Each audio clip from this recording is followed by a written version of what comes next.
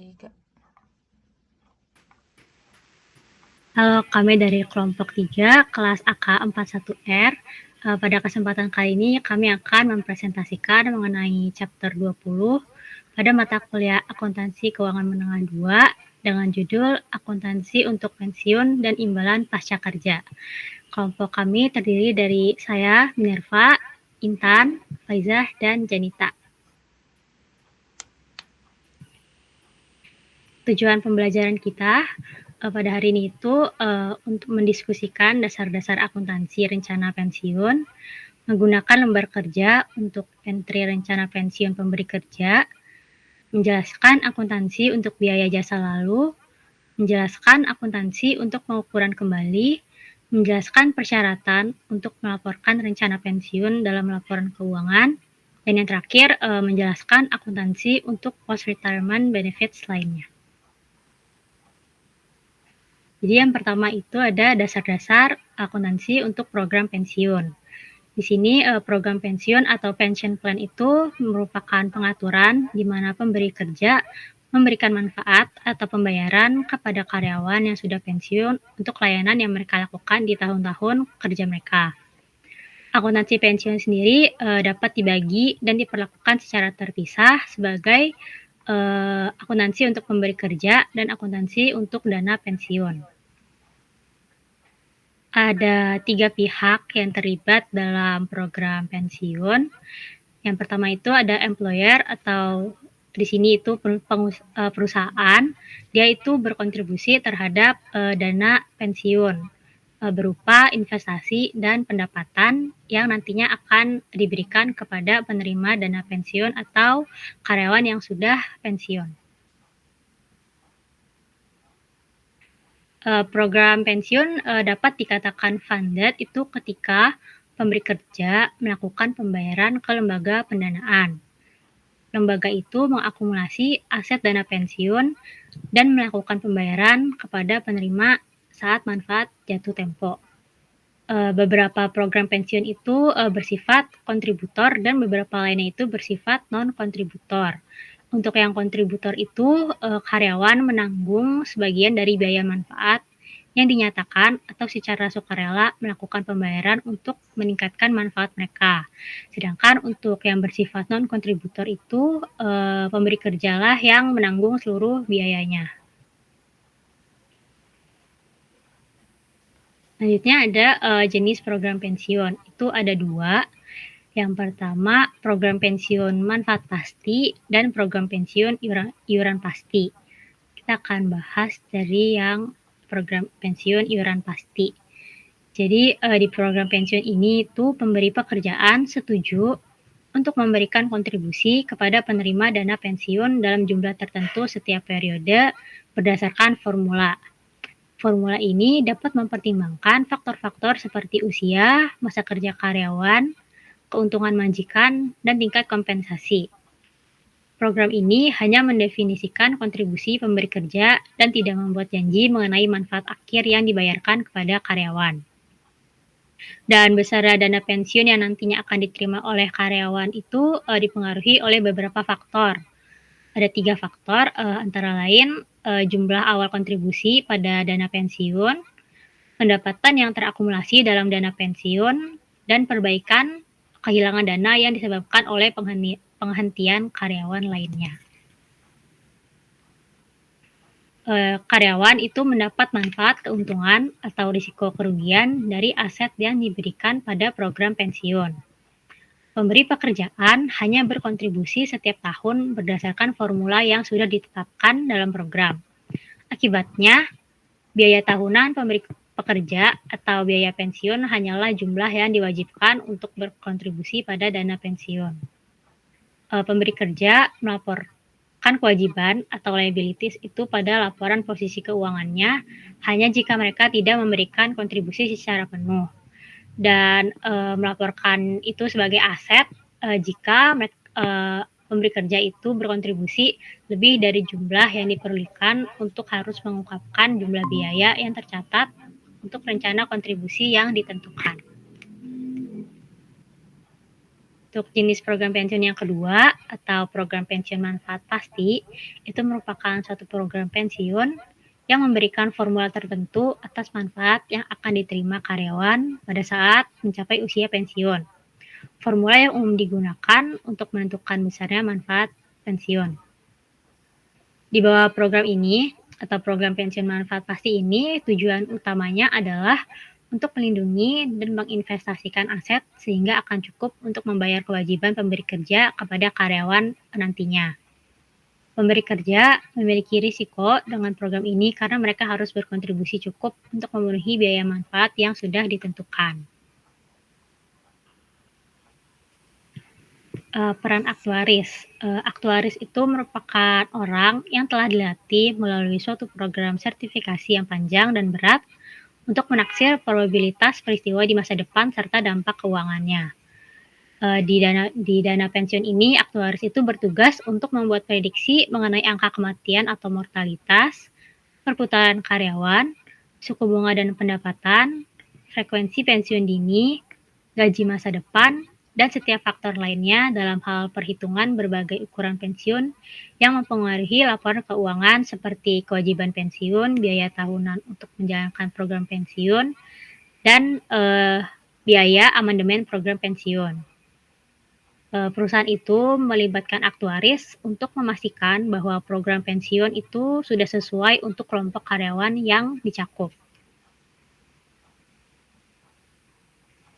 Untuk jenis pengukuran kewajiban pensiun sendiri itu ada 3.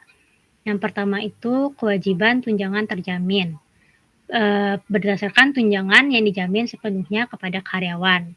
Tunjangan terjamin atau vested benefit adalah tunjangan yang berhak diterima karyawan sekalipun karyawan tersebut tidak memberikan jasa tambahan dalam program. Sebagian besar program pensiun mensyaratkan seorang karyawan harus memiliki masa kerja minimum sebelum mencapai status tunjangan terjamin. Untuk jenis yang kedua, itu akumulasi kewajiban tunjangan. Untuk jenis ini dia berdasarkan pada perhitungan jumlah kompensasi yang ditangguhkan pada seluruh tahun masa kerja yang dijalani karyawan setelah mengikuti program dengan menggunakan tingkat gaji yang berlaku sekarang. Dan jenis yang terakhir itu proyeksi kewajiban tunjangan.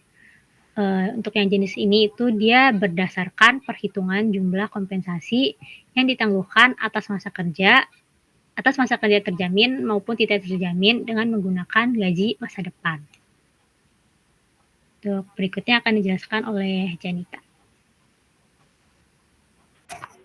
Baik, selanjutnya untuk kewajiban manfaat terdefinisi bersih aset. Jadi ini juga disebut sebagai status yang didanai atau defisit atau surplus yang terkait dengan rencana pensiun yang ditentukan.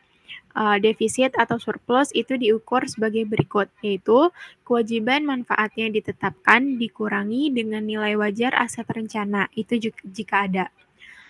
Defisit atau surplus ini sering disebut sebagai status yang didanai dari rencana tersebut. Jika kewajiban manfaat yang ditentukan lebih besar dari aset rencana, maka rencana pensiun itu mengalami defisit. Dan sebaliknya, jika kewajiban manfaat yang ditentukan kurang dari aset rencana, maka rencana pensiun ini memiliki surplus. Next.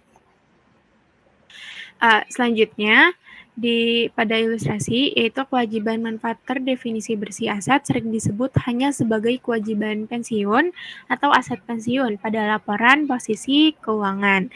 Sebagai ilustrasi, asumsikan bahwa pada akhir tahun, Eser memiliki kewajiban manfaat yang ditetapkan sebesar 4 juta euro dan merencanakan aset sebesar 3.700.000 euro. Dalam hal ini, Aser melaporkan 300.000 euro, yaitu didapat dari 4 juta dikurang dengan 3.700.000, yaitu melaporkan sebagai kewajiban pensiun atas laporan posisi keuangannya. Jadi pada ilustrasi ada defisit dan surplus. Di defisit ada defined benefit obligation itu 1 juta tapi minus, dan plan asetnya itu 900.000. Jadi net defined benefit obligation-nya itu 100.000 minus. Lalu di surplus ada defined benefit obligation-nya itu 150.000 minus, dan plan asetnya itu sebesar 200.000. Jadi net defined benefit asetnya itu 50.000. Next.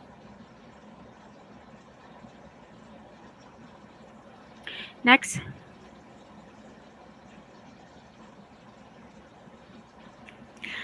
Selanjutnya untuk melaporkan perubahan kewajiban manfaat yang ditentukan atau aset, itu komponen perubahan kewajiban pensiun dan penempatannya pada laporan pendapatan komprehensif sebagai berikut. Jadi yang pertama itu ada biaya layanan. Jadi biaya layanan ini biaya layanan saat ini atau biaya layanan yang sebelumnya. Untuk biaya layanan saat ini yaitu peningkatan nilai sekarang dari kewajiban manfaat yang ditentukan dari layanan karyawan pada periode berjalan. Dan untuk biaya layanan masa lalu itu merupakan perubahan nilai sekarang dari kewajiban manfaat yang ditentukan untuk layanan karyawan untuk periode sebelumnya. Komponen ini dilaporkan dalam laporan pendapatan komprehensif di bagian operasi laporan laba rugi dan mempengaruhi laba bersih. Yang kedua ada bunga bersih. Bunga bersih ini dihitung dengan mengalihkan tingkat diskonto dengan kewajiban manfaat yang ditentukan dan aset rencana. Lalu yang terakhir ada remeasurement, itu keuntungan dan kerugian yang terkait dengan kewajiban manfaat yang ditentukan atau perubahan tingkat diskonto atau asumsi aktuaria lainnya, dan keuntungan atau kerugian pada nilai wajar aset rencana atau tingkat pengembalian aktual itu dikurangi pendapatan bunga yang termasuk dalam komponen keuangan. Nah, komponen ini dilaporkan dalam pendapatan komprehensif lainnya pada OC dan bersih dari pajak. Next. Untuk komponen yang pertama yaitu biaya layanan. Jadi untuk menentukan biaya layanan saat ini dan peningkatan terkait dalam kewajiban manfaat yang ditentukan, maka perusahaan yang pertama itu harus menerapkan metode penilaian aktuaria. Lalu yang kedua harus menetapkan manfaat untuk periode layanan, dan yang terakhir harus membuat asumsi aktuaria. Dalam menerapkan metode penilaian aktuaria, ISSB menyimpulkan bahwa perusahaan harus mempertimbangkan tingkat kompensasi di masa depan dalam mengukur kewajiban saat ini dan biaya pensiun berkala jika formula manfaat rencana menggabungkannya. Untuk bunga bersih, dalam menghitung bunga bersih, perusahaan mengasumsikan bahwa tingkat diskonto, kewajiban manfaat yang ditentukan bersih, dan aset pensiun ditentukan pada awal tahun. Tingkat diskonto didasarkan pada imbal hasil obligasi berkualitas tinggi dengan persyaratan yang konsisten dan dengan kewajiban pensiun perusahaan. Bunga bersih kemudian dihitung seperti yang ditunjukkan dalam persamaan berikut ini. Jadi, bunga bersih atau net interest sama dengan defined benefit obligation dikali discount rate. Nah, itu jika sudah dikali lalu dikurangi dengan hasil perkalian dari plan aset dikali discount rate. Selanjutnya, untuk rencana aset dan pengembalian aktual. Jadi aset rencana pensiun biasanya merupakan investasi dalam saham, obligasi, sekuritas lain, dan real estate yang dimiliki perusahaan untuk mendapatkan tingkat pengembalian yang wajar. Aset rencana dilaporkan dengan nilai wajar. Perusahaan umumnya memegang aset ini dalam badan hukum terpisah atau dana pensiun yang ada hanya untuk mengelola rencana tunjangan karyawan. Oleh karena itu, aset yang dimiliki oleh dana pensiun ini tidak tersedia bagi kreditor perusahaan sendiri, bahkan dalam kebangkrutan. Sebagai ilustrasi, asumsikan bahwa Hasbro memiliki aset rencana pensiun sebesar 4.200.000 euro pada 1 Januari 2022. Selama tahun 2022, Hasbro menyumbang 300.000 euro untuk rencana tersebut dan membayar tunjangan pensiun sebesar 250.000 euro. Pengembalian aset rencana yang sebelumnya adalah 210.000 untuk tahun ini. Aset rencana Hasbro pada 31 Desember 2022 adalah 4.460.000 euro dan dihitung seperti yang ditunjukkan dalam ilustrasi berikut. Jadi yang pertama ada plan aset, yaitu pada Januari 1, 2022, yaitu sebesar 4.200.000.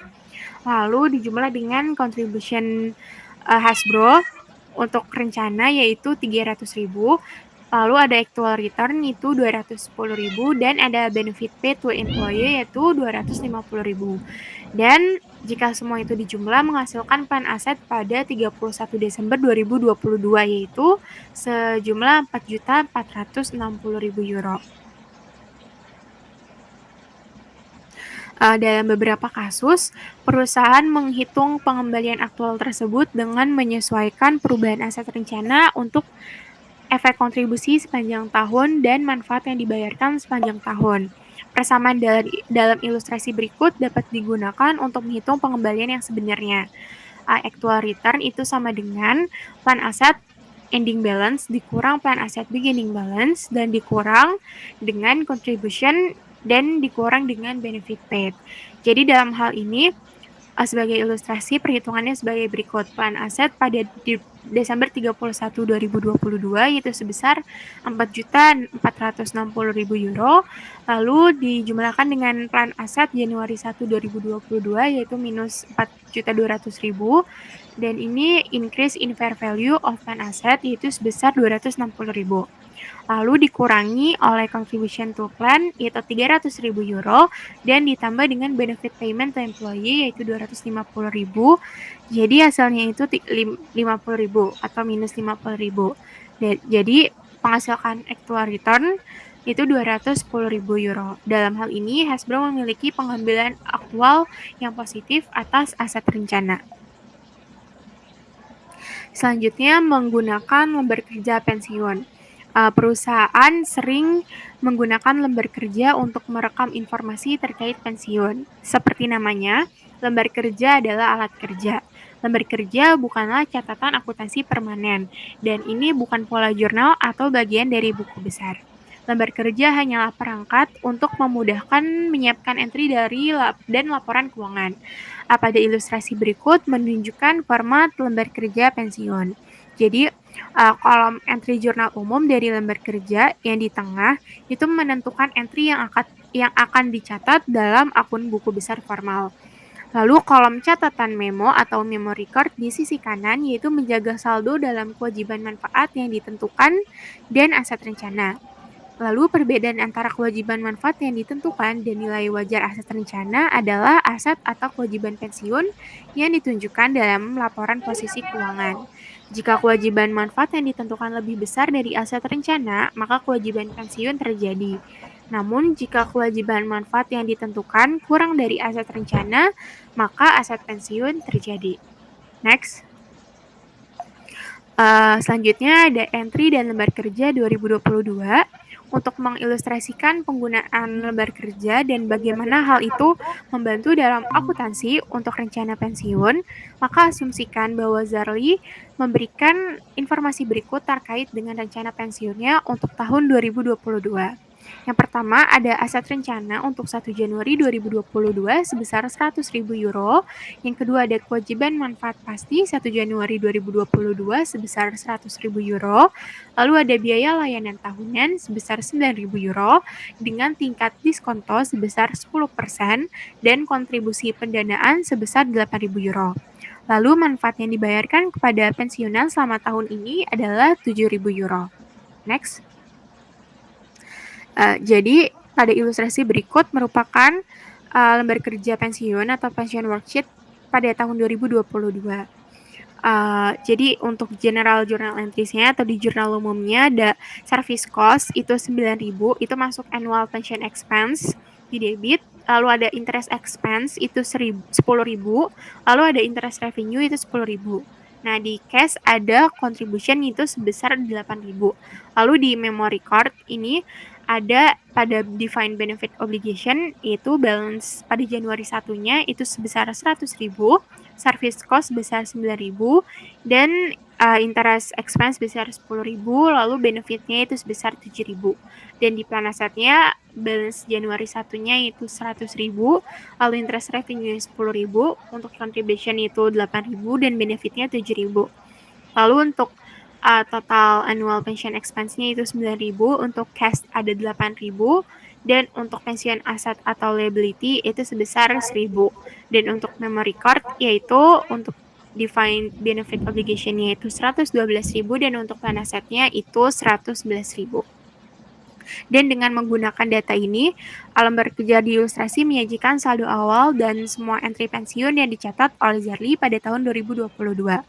Jadi, dia mencatat saldo awal untuk kewajiban manfaat yang ditentukan dan aset rencana pensiun pada baris pertama lembar kerja dalam catatan memo. Karena kewajiban manfaat yang ditetapkan dan aset rencananya sama pada 1 Januari 2022, maka akun aset atau kewajiban pensiun memiliki saldo nol pada 1 Januari. Next, Zarla yang membuat entry jurnal formal pada 31 Desember dan yang mencatat biaya pensiun pada tahun 2022 sebagai berikut. Di akun debit ada pensiun expense yaitu sebesar 9.000 dan di kredit ada cash sebesar 8.000, lalu ada pensiun aset atau liability sebesar 1.000. Next, selanjutnya membahas status yang didanai. Kredit untuk aset pensiun atau kewajiban sebesar 1.000 merupakan perbedaan antara biaya pensiun 2022 yaitu sebesar 9.000 euro dan jumlah yang didanai sebesar 8.000 euro. Aset pensiun atau kewajiban kredit adalah kewajiban karena Zarli kekurangan dana rencana sebesar 1.000 euro. Dan saldo akun aset pensiun atau liabilitas sebesar 1.000 euro juga sama dengan bersih saldo di akun memo. Ilustrasi berikut menunjukkan bahwa kewajiban manfaat yang ditentukan melebihi aset rencana sebesar 1.000 euro, yang bernamai dengan kewajiban pensiun yang dilaporkan dalam laporan posisi keuangan. Jadi berikut merupakan jadwal rekonsiliasi 31 Desember 2022. Ada defined benefit obligation pada kredit yaitu minus 112.000 dan ada plan aset at fair value pada debit yaitu sebesar 111.000. Dan jika dijumlahkan itu menghasilkan pensiun aset atau liability itu di kredit yaitu sebesar minus 1.000. Next, biaya layanan sebelumnya atau biaya layanan masa lalu adalah perubahan nilai sekarang dari kewajiban manfaat yang ditentukan yang dihasilkan dari amandemen rencana atau pembatasan. Misalnya, perubahan rencana muncul ketika perusahaan memutuskan untuk memberikan manfaat tambahan kepada karyawan yang ada untuk layanan sebelumnya. Sebaliknya, perusahaan dapat memutuskan bahwa perlu untuk mengurangi paket manfaatnya secara retroaktif untuk karyawan yang ada, sehingga mengurangi tunjangan pensiun mereka. Pembatasan terjadi ketika perusahaan memiliki pengurangan yang signifikan dalam jumlah karyawan yang dicakup oleh rencana tersebut. Karena pembatasan memiliki efek yang sama dengan pengurangan manfaat karena amandemen rencana, maka situasi ini diperhitungkan dengan cara yang sama. Untuk selanjutnya akan dijelaskan oleh Faizah. Selanjutnya ada beberapa tipe biaya layanan masa lalu. Ini dalam expense tahun berjalan.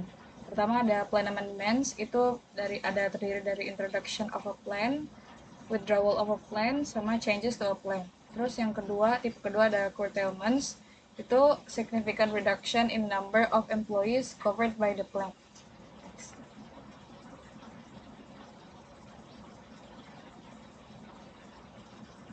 Akuntansi untuk biaya layanan masa lalu sangat mudah. Biaya-biaya layanan masa lalu pada periode amandemen atau pembatasan. Akibatnya, peningkatan substansial atau penurunan biaya pensiun dan kewajiban manfaat yang ditentukan sering terjadi ketika amandemen rencana atau pembatasan terjadi. Karena biaya layanan saat ini dan masa lalu berhubungan langsung dengan pekerjaan, mereka dilaporkan di bagian operasi dari laporan pendapatan komprehensif. Ilustrasi.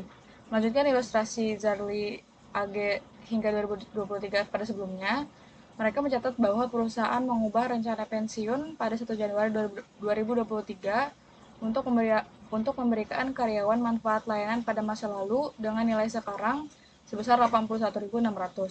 Faktor tambahan berikut berlaku untuk rencana pensiun untuk tahun 2023.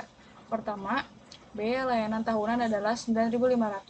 Yang kedua, tingkat diskonto adalah 10%. Yang ketiga, kontribusi pendanaan tahunan adalah 20.000. Dan yang terakhir, manfaat yang dibayarkan kepada pensiunan selama tahun ini adalah 8.000. Nah, karena ada perubahan-perubahan yang tadi disebutkan, pension worksheet untuk 2023 sebagai berikut. Balance-nya pada Desember 31 2022 di pension asset liability di general jurnalnya sebesar 1000 di kredit. Untuk memory core-nya di defined benefit obligation sebesar 112.000 di kredit, dan plan asset di debit sebesar 111.000. Lalu ada additional pada Januari 1 2023 sebesar 81.600 di debit untuk annual pension expense. Itu mengurangi di memory core di defined benefit obligation 81.600 di kredit. Nah, jadi balance-nya untuk tanggal 1 Januari 2023 menjadi 193.600 karena tadi dikurang 81.600. Lalu ada service cost 9.500 di bagian general jurnalnya 9.500 di debit, sementara di memory code di kredit. Interest expense 19.360 di debit untuk general jurnal dan kredit di memory core. Interest revenue sebesar 11.100 di kredit dan di memory core sebesar 19.360 di kredit. Lalu ada kontribusi cash sebesar 20.000 di kredit untuk general jurnal, lalu di debit di plan asset sebesar 20.000. Lalu ada benefit di memory core di debit sebesar 8.000, lalu di plan assetnya juga 8.000 tapi di kredit. Jadi jurnal entry untuk 2023 sebesar 99.360 di debit. Untuk annual pension expense, cash-nya 20.000, totalnya pension asset atau liability-nya 79.360. Balance-nya untuk tanggal 31 itu jadinya pension asset atau liability-nya 80.360 di kredit. Untuk memory core 214.460 di kredit dan 134.100 di debit. Nah, jurnal ini dicatat di pembukuannya sebagai debitnya ada pension expense 99.360 terhadap cash 20.000 dan pension asset liability 79.360. Lalu ada remeasurement. Yang sangat memprihatinkan bagi perusahaan yang memiliki rencana pensiun adalah perubahan yang tidak terkendali dan tak terduga yang dapat dihasilkan dari pertama, perubahan mendadak dan besar dalam nilai wajar aset rencana, dan yang kedua, perubahan asumsi aktuaria yang mempengaruhi jumlah kewajiban manfaat yang ditentukan. IASB percaya bahwa cara yang paling informatif adalah mengenal remeasurement dalam pendapatan komprehensif lainnya. Alasan untuk pelaporan ini adalah bahwa sifat prediktif remeasurement jauh berbeda dari dua komponen lain dari biaya manfaat pensiun, biaya layanan, dan bunga bersih. Remeasurement umumnya terdapat dua jenis. Yang pertama, keuntungan dan kerugian pada aset rencana, lalu yang kedua, keuntungan dan kerugian pada kewajiban manfaat yang ditentukan. Yang pertama ada keuntungan dan kerugian aset. Keuntungan dan kerugian pada aset rencana disebut sebagai keuntungan dan kerugian aset, mewakili perbedaan antara pengembalian aktual dan pendapatan bunga yang dihitung dalam menentukan bunga bersih. Keuntungan aset terjadi ketika pengembalian aktual melebihi pendapatan bunga. Kerugian aset terjadi ketika pengembalian aktual kurang dari pendapatan bunga. Ilustrasinya, asumsikan bahwa Shopbob SE memiliki aset rencana pada 1 Januari 2022 sebesar 100.000. Tingkat diskonto untuk tahun ini adalah 6% dan pengembalian aktual atas aset rencana untuk tahun 2022 adalah 8.000. Pada tahun 2022, Shopbob harus mencatat keuntungan aset sebesar 2.000, dihitung sebagai berikut. Actual return-nya tadi 8.000, lalu dikurang sama interest revenue 100.000 dikali 0,06 atau 6%, itu tingkat diskontonya, jadi 6.000. Jadi aset gain-nya 8.000 dikurang 6.000 menjadi 2.000 untung. Lalu yang kedua ada keuntungan dan kerugian kewajiban. Dalam memperkirakan kewajiban manfaat yang ditentukan, aktuaris membuat asumsi tentang item-item seperti tingkat kematian, tingkat pensiun, tingkat turnover, tingkat kecatatan, dan jumlah gaji. Setiap perubahan dalam asumsi aktuaria ini mempengaruhi jumlah kewajiban manfaat yang ditentukan. Jarang pengalaman aktual bertepatan persis dengan prediksi aktuaria.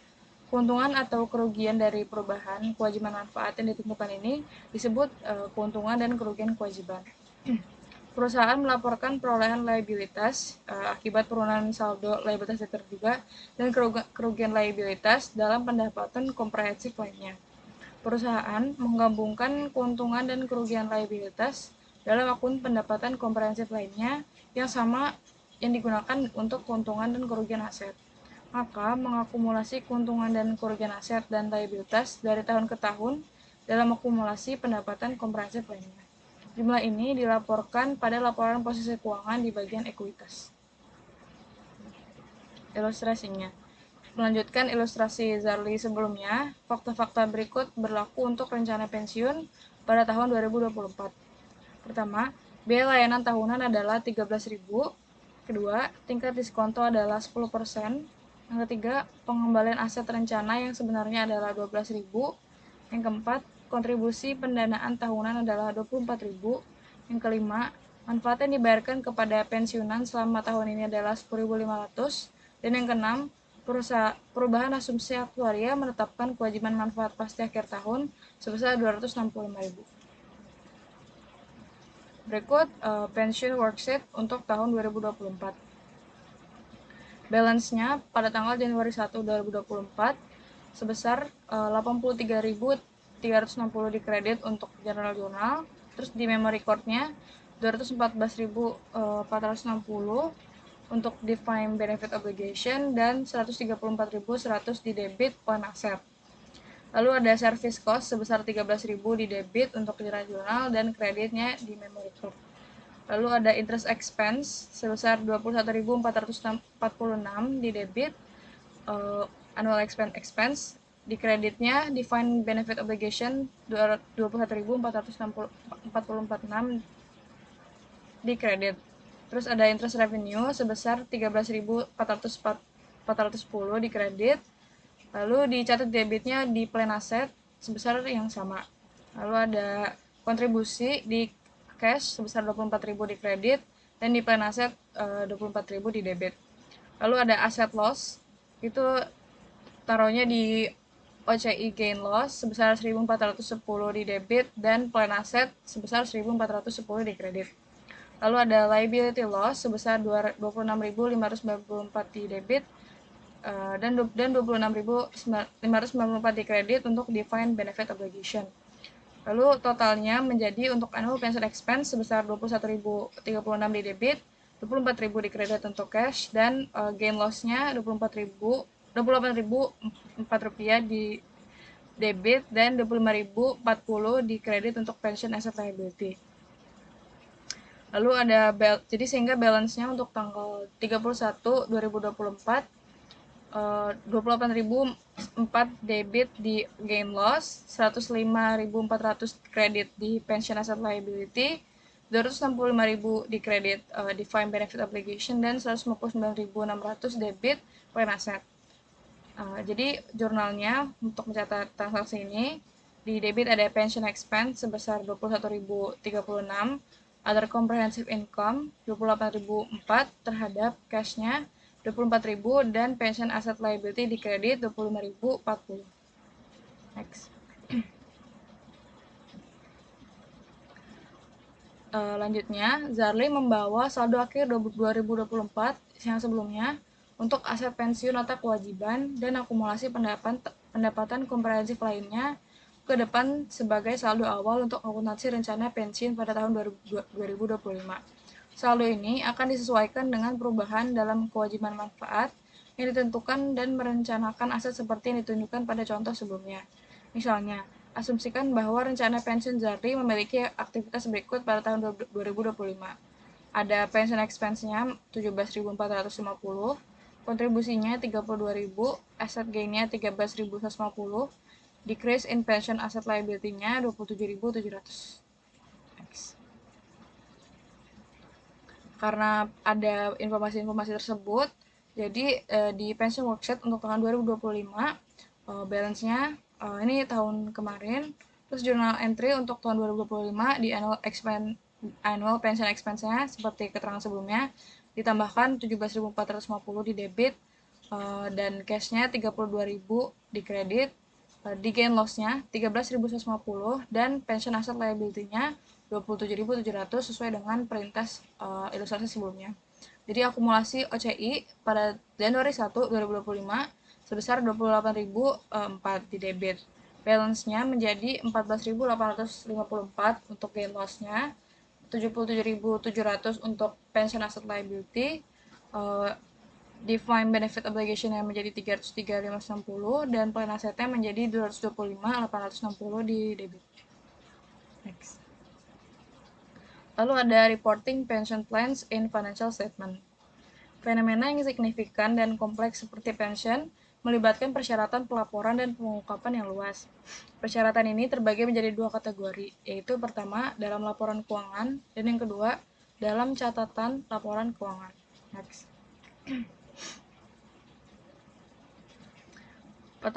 Pertama ada dalam laporan keuangan. Terdiri dari yang pertama ada pension expenses. Seperti yang ditunjukkan sebelumnya, biaya pensiun atau biaya layanan dan bunga bersih mempengaruhi laba bersih dan dilaporkan dalam laporan pendapatan komprehensif. Perusahaan dapat memilih untuk melaporkan komponen-komponen ini dalam satu bagian dari laporan pendapatan komprehensif dan melaporkan total biaya pensiun. Perusahaan lain dapat memilih untuk melaporkan komponen biaya layanan dalam pendapatan operasional dan bunga bersih di bagian terpisah yang terkait dengan pembiayaan. Yang kedua ada gains and losses remeasurement. Keuntungan dan kerugian aset dan liabilitas diakui dalam pendapatan komprehensif lainnya. Dengan mengakui keuntungan dan kerugian ini sebagai bagian dari pendapatan komprehensif lainnya, tetapi bukan laba bersih, Dewan percaya bahwa kegunaan laporan keuangan akan ditingkatkan atau meningkat. Selanjutnya akan dilanjutkan oleh Intan. Selanjutnya untuk mengilustrasikan penyajian penghasilan komprehensif lain dan akumulasi OCI terkait asumsi bahwa Patuhi Asa memberikan informasi berikut untuk tahun 2022. Di sini ada diketahui net income untuk 2022-nya 100.000 euro, liability loss-nya itu untuk 2022 60.000, asset loss 2022 itu 15.000, dan accumulate OCI Januari 1 2022 itu 40.000. Baik kerugian liabilitas maupun kerugian aset menurunkan status pendanaan program tersebut pada laporan posisi keuangan.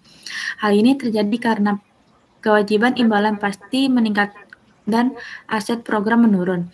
Namun, baik kerugian kewajiban maupun kerugian aset tidak mempengaruhi beban pensiun pada tahun 2020. Untuk OBI, perhitungan kerugian komprehensif lainnya untuk tahun 2022 adalah seperti yang ditunjukkan pada ilustrasi 20.20. Jadi di sini ada liability loss-nya 60.000 dan asset loss-nya 15.000. Jadi untuk mendapatkan order comprehensive loss-nya ini 60.000 ditambah 15.000, jadi 75.000 euro. Selanjutnya untuk ilustrasi 20.21 ini menunjukkan perhitungan komprehensif pendapatan untuk tahun 2022.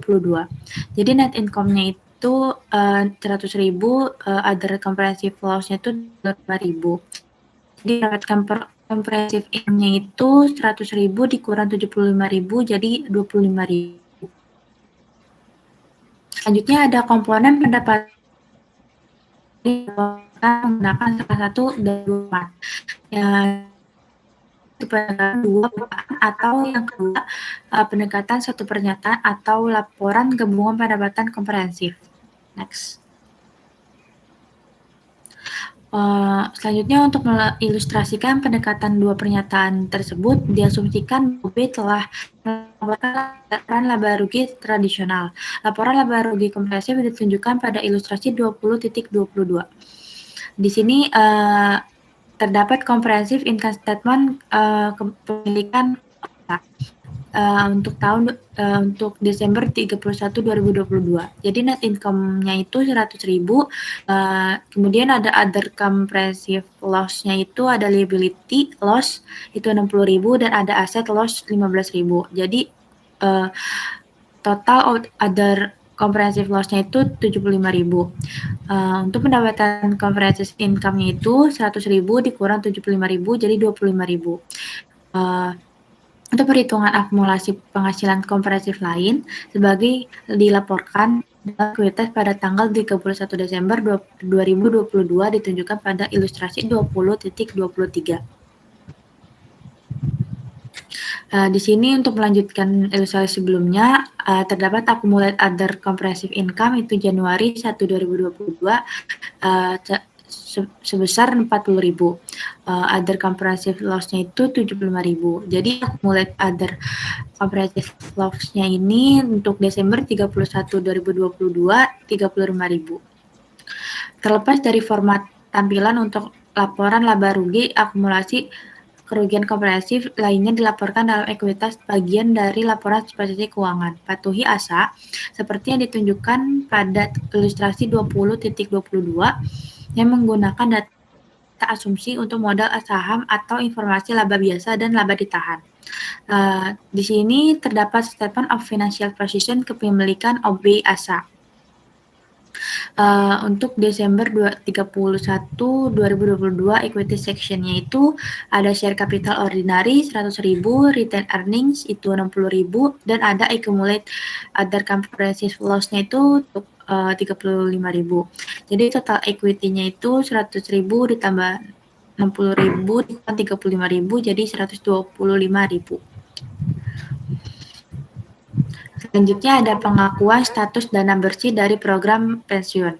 Perusahaan harus mengakui pada laporan posisi keuangan mereka status kelebihan dana atau aset pensiun, atau kekurangan dana atau juga kewajiban pensiun dari program pensiun manfaat pasti. Status kekurangan dana diukur sebagai perbedaan antara nilai aset, program, dan kewajiban imbalan pasti. Ketika program pensiun kelebihan dana atau bila ada aset pensiun, jumlah yang dilaporkan dalam laporan posisi keuangan adalah dibatasi. IASB memutuskan bahwa jumlah yang dilaporkan haruslah baik yang lebih rendah dari aset pensiun atau aset program dikurangi kewajiban manfaat atau juga basis atas aset. Batas atas aset adalah bagian dari aset pensiun yang berhak diterima oleh pemberi kerja. Untuk tujuan pekerjaan rumah, asumsikan bahwa aset program pensiun yang dilaporkan dalam laporan posisi keuangan tidak dibatasi oleh pagu aset. Di sini ada klasifikasi aset pensiun atau kewajiban pensiun. IASB tidak menunjukkan apakah perusahaan harus membedakan bagian lancar dan tidak lancar dari aset dan liabilitas yang timbul dari yang pertama itu ada selisih lebih nilai wajar aset program atas kewajiban imbalan tanpa diklasifikasikan sebagai aset tidak lancar. Alasan klasifikasi tidak lancar adalah bahwa aset program pensiun dibatasi penggunaannya, yaitu aset tersebut digunakan untuk mendanai kewajiban imbalan pasti, dan oleh karena itu klasifikasi tidak lancar adalah tepat. Yang kedua itu ada bagian lancar dari liabilitas pensiun, bersih, merupakan jumlah pembayaran manfaat yang harus dibayar dalam 12 bulan ke depan, atau siklus operasi jika lebih lama. Jika jumlah tersebut tidak dapat didanai dari aset program yang ada, jika tidak, liabilitas pensiun diklasifikasikan sebagai kewajiban tidak lancar. Selanjutnya ada agregasi program pensiun. Dewan mengambil posisi bahwa pada umumnya program pensiun tidak boleh digabungkan. Satu-satunya situasi di mana saling hapus diperbolehkan adalah ketika sebuah perusahaan itu yang pertama memiliki hak yang dapat dipaksakan secara hukum untuk menggunakan surplus dalam satu rencana untuk menyelesaikan kewajiban dalam program lainnya. Yang kedua, berniat untuk menyelesaikan kewajiban secara neto atau merealisasikan surplus dalam satu program dan menyelesaikan kewajibannya berdasarkan program lain secara bersamaan. Selanjutnya ada dalam catatan atas laporan keuangan. Informasi tentang program pensiun penting dalam memahami posisi keuangan perusahaan. Harus operasi dan arus kas. Untuk lebih memahami program pensiun tersebut, perusahaan harus diharuskan untuk mengungkapkan informasi yang seperti pertama itu ada menjelaskan karakteristik program imbalan pada pasti dan resikonya terkait dengan mereka. Yang kedua, mengidentifikasi dan menjelaskan jumlah dalam laporan keuangannya yang timbul dari program imbalan pasti. Yang ketiga, itu menjelaskan bagaimana program imbalan pasti dapat mempengaruhi jumlah, waktu, dan ketidakpastian arus kas masa depan perusahaan. Selanjutnya ada patient disclosure requirement. Jadi jumlah yang dilaporkan dalam laporan keuangan itu perusahaan harus menyediakan rekonsiliasi dari saldo awal ke saldo akhir untuk masing-masing hal berikut. Yang pertama itu ada rencanakan aset, yang kedua ada kewajiban imbalan pasti, yang ketiga status rencana yang didanai. Di sini ada ilustrasi 20.25 tentang patient disclosure requirement. Rekonsiliasi ini harus melaporkan hal-hal berikut jika perlu. Yang pertama itu biaya jasa saat pendapatan atau beban bunga. Yang kedua, pengukuran kembali liabilitas aset. Imbalan pasti neto menunjukkan secara terpisah.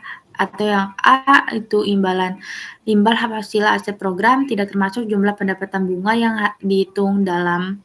Dan yang kedua, aktuaria keuntungan dan kerugian yang timbul dari perubahan imbalan pasti kewajiban. Selanjutnya ada biaya jasa lalu dan pembatasan dan adanya kontribusi dan pembayaran untuk rencana tersebut. Selanjutnya informasi tentang bagaimana program imbalan pasti dapat mempengaruhi jumlah, waktu, dan ketidakpastian arus kas masa depan. Pertama itu ada analisis sensitivitas untuk setiap asumsi aktuaria yang signifikan, menunjukkan bagaimana kewajiban imbalan pasti akan terjadi dipengaruhi oleh perubahan asumsi aktuaria yang relevan bahwa mungkin secara wajar pada tanggal pelaporan. Untuk yang kedua, pelaporan dan asumsi yang digunakan dalam mempersiapkan analisis sensitivitas yang dipersyaratkan oleh satu dan ketidakterbatasan metode tersebut. Yang ketiga, itu ada perubahan dari periode sebelumnya dalam metode dan asumsi yang digunakan dalam mempersiapkan analisis sensitivitas dan alasan perubahan tersebut. Yang keempat, deskripsi pengaturan pendanaan dan kebijakan pendanaan yang mempengaruhi kontribusi di masa depan. Yang kelima, itu ada kontribusi yang diharapkan untuk rencana periode pelaporan tahunan berikutnya.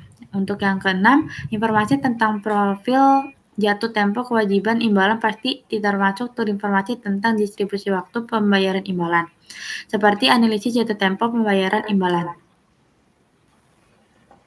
Selanjutnya ada informasi untuk JARLE yang disajikan sebelumnya dalam bab ini. Pada ilustrasi 20.26 memberikan informasi rekonsiliasi. Jadi di sini ada pension disclosure kepemilikan JARLE AG. Di sini ada change in benefit obligation untuk tahun 2022, 2023, dan 2024. Benefit obligation at beginning of year-nya itu untuk 2022 itu 100.000, untuk 2023 itu 112.000, untuk 2024 itu 214.460. Service cost-nya itu untuk tahun 2022 9.000, untuk tahun 23 itu 9.500, dan untuk tahun 24 itu 13.000. Untuk interest expense-nya itu untuk tahun 22 itu 10.000, untuk tahun 2023 19.360, dan untuk 24 itu 21.446. Amendment atau PES service cost-nya itu untuk tahun 22 itu 0, 23 81.600, untuk 24 itu 0. Untuk benefit paid-nya itu untuk tahun 22 minus 7.000, untuk 23 minus 8.000, dan untuk tahun 2024 itu 10.500. Actuarial loss-nya itu tahun 2022 0, 23 0, dan untuk tahun 2024 26.594. Jadi benefit obligation at end of year-nya itu untuk tahun 22 keseluruhannya itu minus 112.000, untuk tahun 23 itu minus 214.460, untuk tahun 24 itu 265.000. Kemudian ada change in plan asset. Di sini ada fair value of plan asset at beginning of year itu tahun 22 100.000, tahun 23 111.000, untuk tahun 2024 134.100. Interest revenue-nya itu tahun 22 10.000, tahun 2023 12.100, untuk tahun 2024 13.410. Untuk contribution-nya untuk tahun 2022 itu 8.000, tahun 2023 20.000, untuk tahun 2024 24.000. Untuk benefit rate-nya itu 22 minus 7.000, 23 minus 24.000, dan untuk 24 minus 10.500. Untuk aset loss-nya ini 22 0, tahun 23 0, untuk tahun 24 itu 1.410 minus. Jadi fair value of plan asset at end of year-nya itu untuk tahun 22 111.000, untuk tahun 23 135.000, untuk tahun 24 itu 159.600. Untuk fund status atau patient asset or liability-nya itu untuk tahun 2022 minus 100, minus 1.000 dari 112.000, minus ditambah 111.000. Untuk tahun 2023 minus 80.360, itu dari minus 214.460 dikurang 134.100. Untuk tahun 2024 itu 105.400 dari 265.000 minus ditambah 159.600. Jadi untuk kolom 2022 mengungkapkan bahwa wajar kekurangan dana kewajiban imbalan pasti sebesar 1.000. Untuk kolom 2023 mengungkapkan bahwa wajar melaporkan kewajiban kekurangan dana sebesar 80.360 euro dalam pelaporan posisi keuangan. Yang terakhir, kolom 2024 menunjukkan bahwa wajar mengakui kewajiban kekurangan dana sebesar 105.400 dalam laporan keuangan posisi keuangan. Selanjutnya ada manfaat pasca pensiun lainnya. Ini tuh untuk menjelaskan akuntansi untuk imbalan pasca pensiun lainnya. Jadi ada item pension dan healthcare benefits. Untuk itemnya itu ada funding. Pensionnya itu generally founded dan healthcare-nya itu generally not found. Untuk benefit, untuk kedua itemnya itu benefit well defined and level dollar amount, dan ada generally uncapped and great variability. Untuk yang item yang ketiga itu beneficiary, itu passionnya itu retire atau maybe some benefit to surviving spouse. Untuk healthcare-nya itu ada retire, spouse, and other dependents. Untuk item yang keempat ada benefit payable, itu passionnya monthly, healthcare-nya itu as needed and use. Untuk item yang terakhir ada predictability, itu passionnya variable are reasonably predictable. Untuk healthcare-nya itu utilization difficult to predict, level of cost varies geographically and fluctuate over time.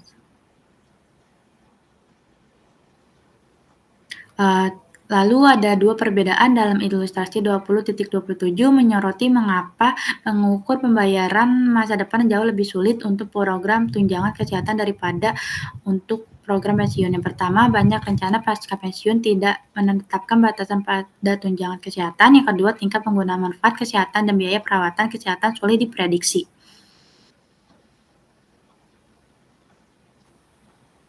Untuk kesimpulan pengamatannya itu, hampir tidak ada hari tanpa pers keuangan yang menganalisis secara mendalam beberapa masalah yang berkaitan dengan program pensiun di seluruh dunia. Ini tidak mengherankan karena dana pensiun sekarang memiliki aset triliun dolar, euro, pound, dan yen.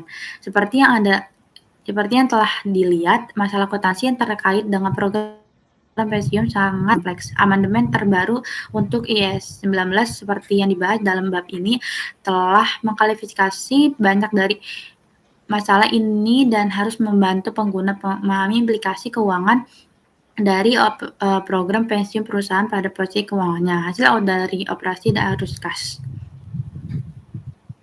Terima kasih presentasi kami siang ini. Wassalamualaikum warahmatullahi wabarakatuh.